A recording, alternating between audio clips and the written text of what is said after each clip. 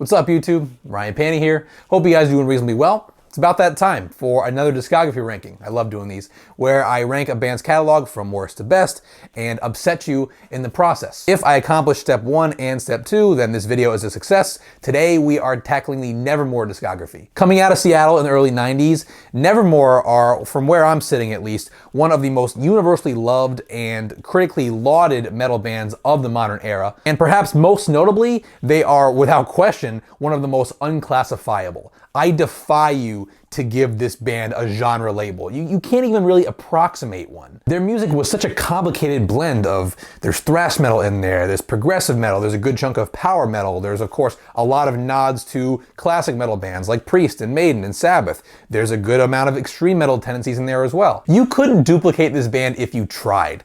The influences that they pulled and corralled together were so disparate, and the resulting sound was so unique. And needless to say, fans were pretty devastated when frontman Warl Dane passed away in 2017. And now, from now until the rest of history, we will be talking about Nevermore in the past tense. But that doesn't at all change how fun and interesting it is to discuss this band's music. And in fact, I'd argue that it makes it more important because you want to keep the legacy alive and you want to turn younger generations of fans onto this band's great catalog. So this was a challenging one, but I'm glad I did it. And let's get into my picks. So 7 records in total over about 15 years or so of output. At number 7 in dead last, 7 and 1 were the only easy albums for me to place here. Everything else was kind of a struggle. Number 7 is going to 2003's Enemies of Reality, the only overt misstep in Nevermore's career, the only album that I personally don't come back to at all. It's funny because the lion's share of the criticism of this record was initially directed at producer Kelly Gray, and this record of course was famously remixed and remastered by Andy Sneap later because people were so unhappy, but that so misses the point. A, the production is not really that bad on the original, and B, the problem is the songs.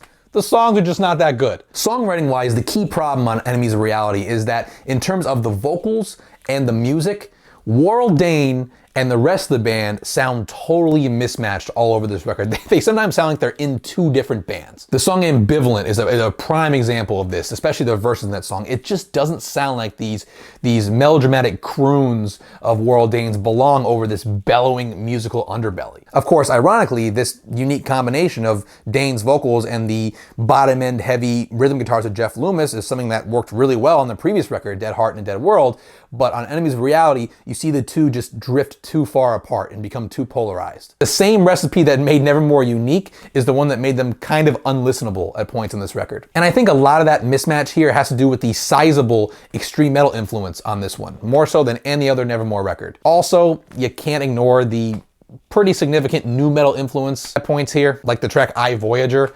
It basically just, to me, guitar-wise, sounds like a more complex nu metal song. And look, I like the rhythm guitars on this album, I do, and we would find out a few years down the road that parts like these sound great on a Jeff Loomis solo record, but they just don't fit with Dane's voice, or at least with Dane's performance on this record. But yeah, that's really the main problem with this record. It's enough to drag it down. And there are also some uncharacteristic stinkers on here, like Tomorrow Turned Into Yesterday, which falls completely flat. Yeah, just not the best Nevermore record. The only one that I'd probably recommend skipping. Number 6, I'm going with the band's swan song, 2010's The Obsidian Conspiracy, which is Nevermore's most divisive album, definitely. I think that the fact that Enemies of Reality is less than optimal is a general fan consensus. I'm sure that record has its fans, but that's a general fan consensus, that that's not the best Nevermore record. But when it comes to this one, depending on who you ask, opinions on it are all over the map. Obsidian Conspiracy is without question the band's most melodic and most accessible album in their catalog, which for me does bring some unfortunate side effects. It does feel bare. It does feel like production-wise and compositionally, it's missing something, especially when you put it up against more involved Nevermore albums like Politics of Ecstasy. It just feels like there's this extra layer of Nevermore that you're used to that's supposed to be there and just isn't. An extra layer of aggression, an extra layer of complexity. It's kind of like phantom limb syndrome, when you lose an arm in war or something and your brain kind of tricks you into thinking that there's still an arm there in your socket even though it's gone. Then you look there and there's no arm there. That's kind of what it's like listening to Politics of Ecstasy and then listening to this one. Like the single on this record, Emptiness Unobstructed, that's probably the best example of what I'm talking about. That's the poppiest Nevermore song to date. I remember Warl Dane did an interview when this came out, it was probably with Revolver or Guitar World or somebody, where he was talking about the idea of starting a song with the chorus and how that's like a pop music idea and how that was a big experiment for them. Didn't turn out well for me. I especially can't get behind this song lyrically. And that kind of brings me to another big downside of this album. And Now We're Dead. This Is Why I Hate You. Rise, rise, rise, rise, rise. There's a lot of difficult to swallow lyrics, and it's just not characteristic of Nevermore. That's the kind of stuff that in 2010 when this came out didn't bother me at all, but in 2020, looking back, takes the album down a peg for me, for sure. But I have to shout out She Comes in Colors, which is one of my favorite Nevermore songs of all time. In general, this album has an ending trio of tracks that do leave you with a really good taste in your mouth by the end of the record, but it's just, overall, it's one of their weakest. At 5, Nevermore's self-titled debut. Great album. Nevermore sounded serious right out of the gate with this one. They arrived as a fully evolved, mature band with a clear direction. And despite the overall rawness of this record, the guitars just have that stomping mid-90s heaviness to them. It's Neil Kernon produced this one. He would go on to produce some great extreme metal records by bands like Ackercock and Cannibal Corpse. But I think what's most notable about the self-titled record that really distinguishes it in their catalog is the overwhelming presence of classic metal influences that are just all over this thing. Like World Dane goes straight Rob Halford in the bridge to the song CBF. There's some real Steve Harris influenced bass playing in the song Garden of Grey. The song Sea of Possibilities reminds me of Queensryche a little bit. Timothy Neary's another one that's driven by just a pure classic metal riff. I just really enjoy hearing Nevermore wear these influences on their sleeve. I just think, for me personally, it really beats the soulless technicality of a song like Termination Proclamation off of Obsidian Conspiracy. This shameless classic metal worship on this album is just gold. And remember, this album came out in what, 1995? No one wanted to hear frickin' vocals like this. No one wanted to hear this stuff from fucking Priest and Maiden at the time, let alone the wild shredding guitar solos that Jeff Loomis performed on this album. He was already a great player, but Nevermore were just like, fuck you, we're gonna do it our own way. We don't care that it's the mid-90s. And I also really connect with this record lyrically. I think that my favorite track on here, God Money, is just a fantastic, biting anti-religious commentary. I like CBF lyrically too. It's seemingly about addiction. I like Hurting Words, which is about kind of the struggle for self-control in interpersonal relationships. This album, with its relatively primitive sound and its Priest and Maiden tinged approach, it's definitely not for everyone, but I really like it and I listen to it all the time. Okay, so number 4, number 3, and number 2 here, I really toiled over. These are 3 very different albums that are good for very different reasons, and we could argue, but to me, I feel like the sequence that I've chosen here says more about my personal taste than it does the quality of the records. Number 1, I'm not taking any shit from you guys on because I'm fucking right about number 1, but these are albums that from where I'm sitting are pretty similar in quality, and it just kind of depends on what you prioritize. Dreaming Neon Black, my number 4 pick, is by far the most dense Nevermore record. It is a dark, grim concept album, and the music adequately reflects that. For me, the shining contribution of Dreaming Neon Black, the thing that I absolutely love about it the most, is its depiction, musically and lyrically, of depression and mental illness.